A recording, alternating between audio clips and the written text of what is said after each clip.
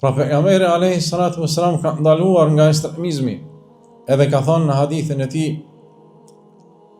"Iyyakum wal-ghuluw fi ad-din, fa innama ahla man kana qablakum al-ghuluw fi ad-din."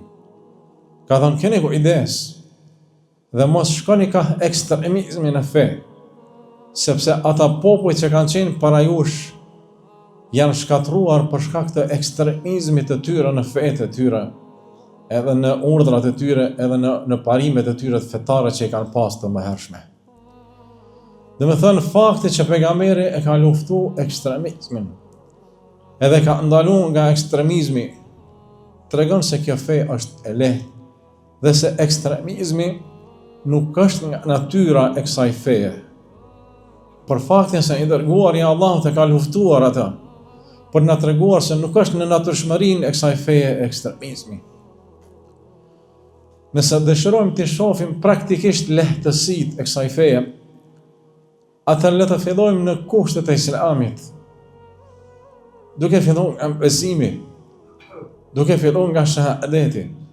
Kjo fe është e lehtë edhe në pikpamjet e besimit. Besimi i saj është i thjeshtë, i kapshëm, i kuptueshëm, të cilën e pranon edhe mendja shëndosh.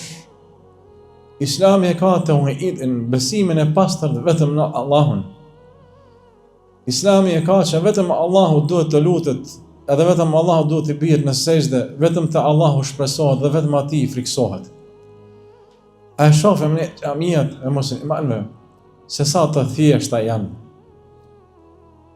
Xhamiat tona janë të thjeshta, të bukura dhe të pastërta, nga se në to nuk ka piktura, në to nuk ka figura të krijesave, nga se ne nuk i drejtohemi krijesave, po i drejtohemi krijuesit të krijesave.